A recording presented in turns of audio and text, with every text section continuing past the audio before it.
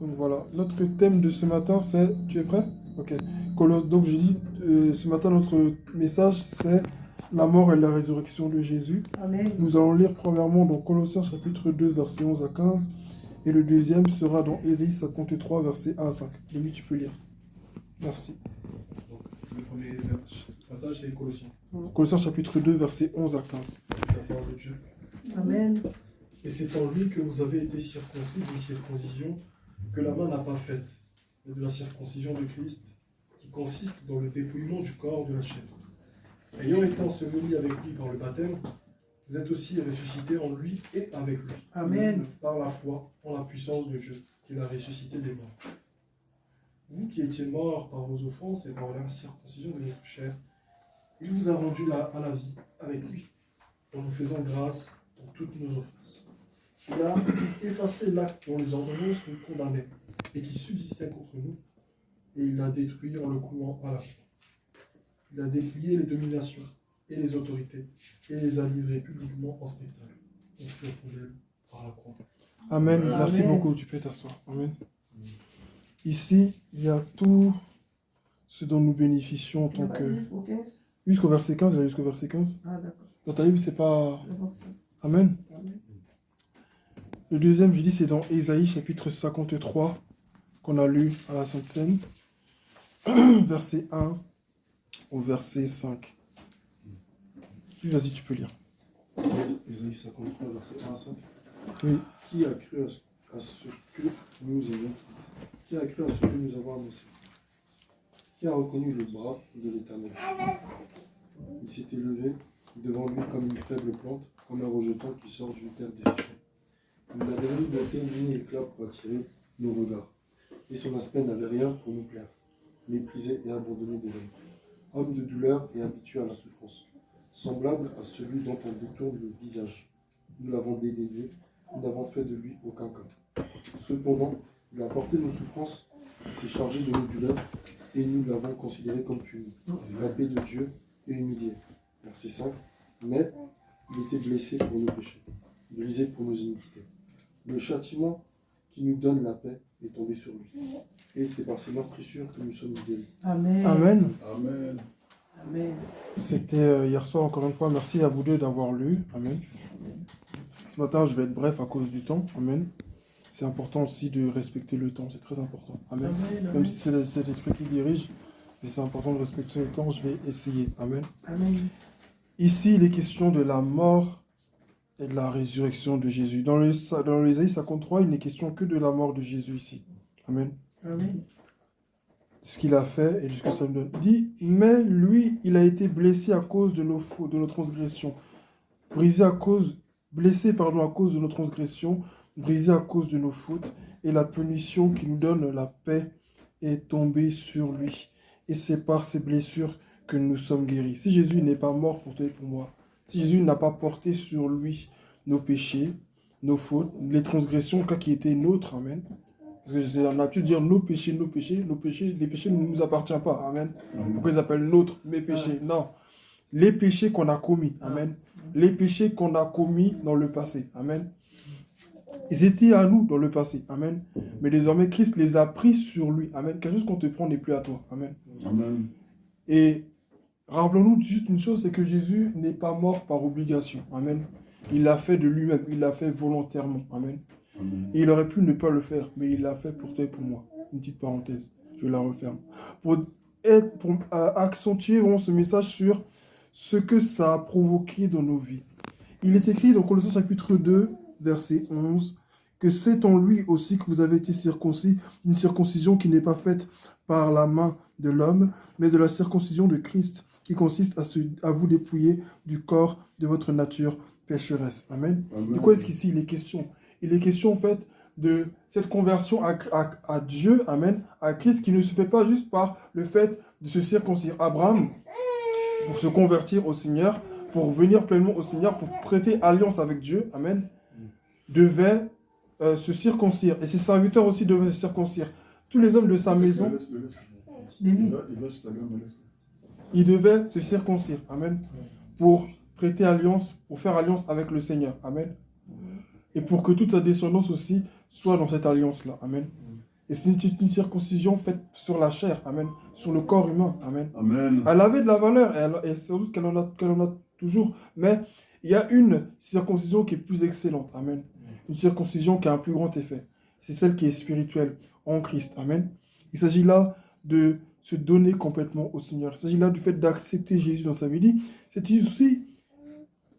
C'est lui aussi, pardon, c'est en lui aussi que vous avez été circoncis, une circoncision qui n'est pas faite par la main de l'homme, mais de la circoncision de Christ, qui consiste à vous dépouiller du corps de votre nature pécheresse. Si par le fait d'abandonner sa vieille nature, amen, ses habitudes, la vie que tu vivais avant. Avant, j'allais dans les bars, je fréquentais plusieurs femmes, je faisais ci, je faisais ça. Maintenant que le Seigneur m'a visité, maintenant que Jésus m'a touché, maintenant que je suis venu au Seigneur, maintenant que je suis convaincu du péché, je ne peux plus vivre cette ancienne vie. C'est comme quand la parole de Dieu dit, vous connaîtrez la vérité vous affranchira. Pourquoi? Parce que lorsque tu ne connais pas la vérité, tu peux être encore esclave. Lorsque tu ne connais pas la vérité, tu peux être encore sous le joug de l'ennemi. Parce que tu crois qu'il a un certain droit sur toi. Or, il n'en a pas. Aussi géant que tu sois, l'ennemi peut mettre son tout petit orteil sur ta nuque parce que tu ne sais pas que tu as des droits. Amen. Mais le jour où tu sais que tu as des droits, tu te lèves. Amen. Et c'est de ça qu'il s'agit. Lorsque tu sais qui est Christ, lorsque tu sais à qui tu appartiens, lorsque tu sais qui est Christ, lorsque il t'a visité, qu'il t'a transformé, tu ne peux plus vivre la vie que tu as vécue auparavant. Amen. Et c'est pourquoi est-ce qu'on peut vivre cette vie? Parce qu'il est mort à la croix pour nous. Il dit, vous avez en effet été ensevelis avec lui par le baptême et vous êtes aussi ressuscités en lui et avec lui par la foi en la puissance du Dieu qui l'a ressuscité. Il nous a fait prendre part à sa mort, il nous a fait prendre part à sa résurrection. Pourquoi? Parce qu'il est mort à notre place. Amen. Normalement, c'était nous qui devions mourir. C'était nous qui devions être frappés, qui devions être cloués sur une croix. Et c'était le cas des deux brigands qui étaient avec lui. Amen. Mais l'un a reconnu son péché, l'autre n'a pas reconnu son péché. Celui qui a reconnu son péché a été sauvé le même jour. Amen. Et Jésus lui a dit, aujourd'hui tu seras avec moi au paradis. Amen. Mais l'autre, malheureusement, il est parti. Il a raté. Alors lui, vraiment, il a raté, mais de très près, son salut. Amen. On n'assiste pas souvent sur cette deuxième personne-là.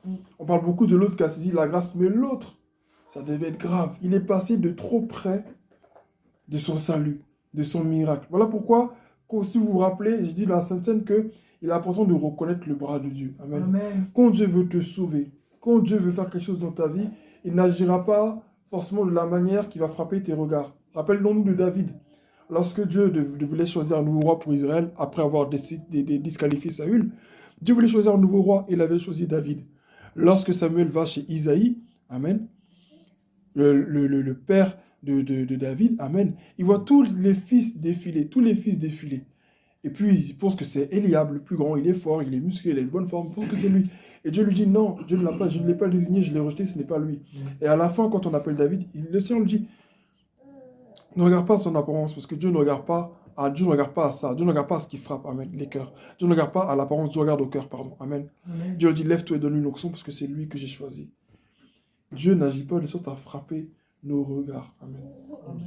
Mais il agit de manière à impacter nos vies, même si ça n'en a pas l'air. Et Jésus, il est venu de cette manière-là. Il est venu, il s'est montré comme un simple être humain devant nous tous. Mais pourtant, il a fait ce qu'aucun être humain ne pouvait faire. Vous en avez en effet été ensevelis avec lui par le baptême.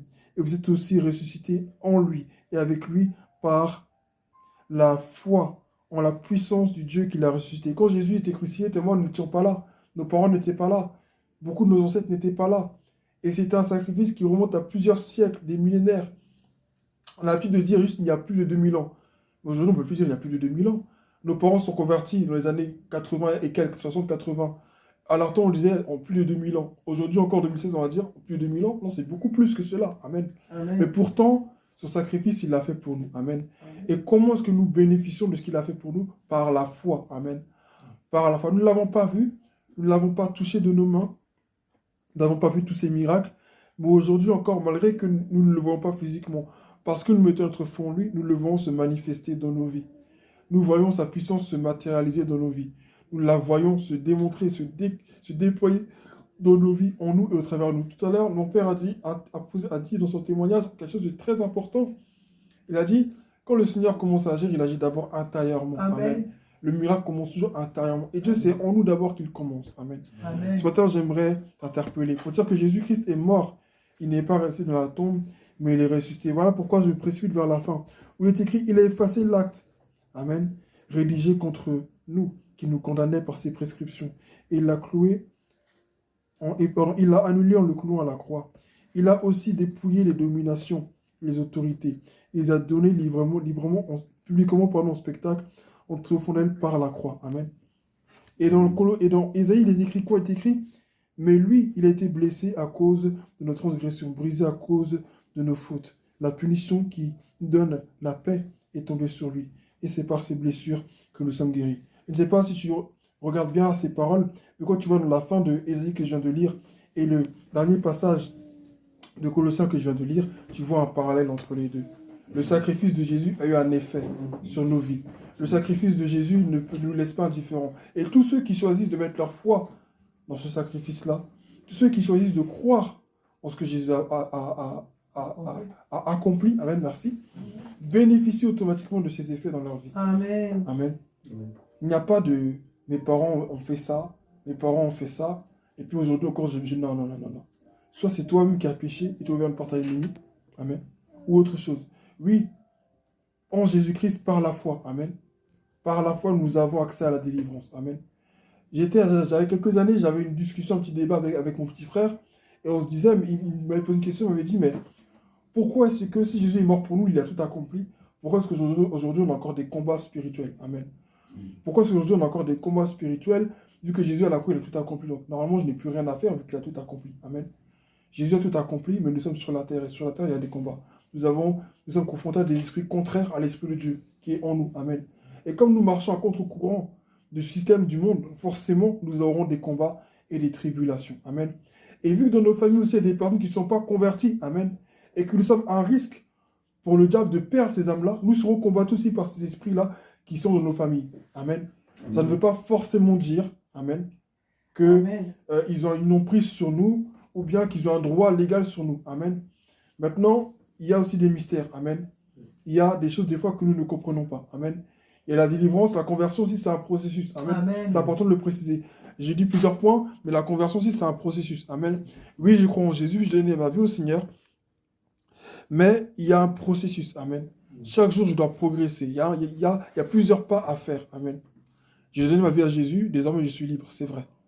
Mais cette conversion-là se développe aussi par la connaissance, amen, et par la mise en pratique de la parole de Dieu. Amen. Amen. Donc, il est important que nous comprenions ce que Jésus a fait pour nous à la croix.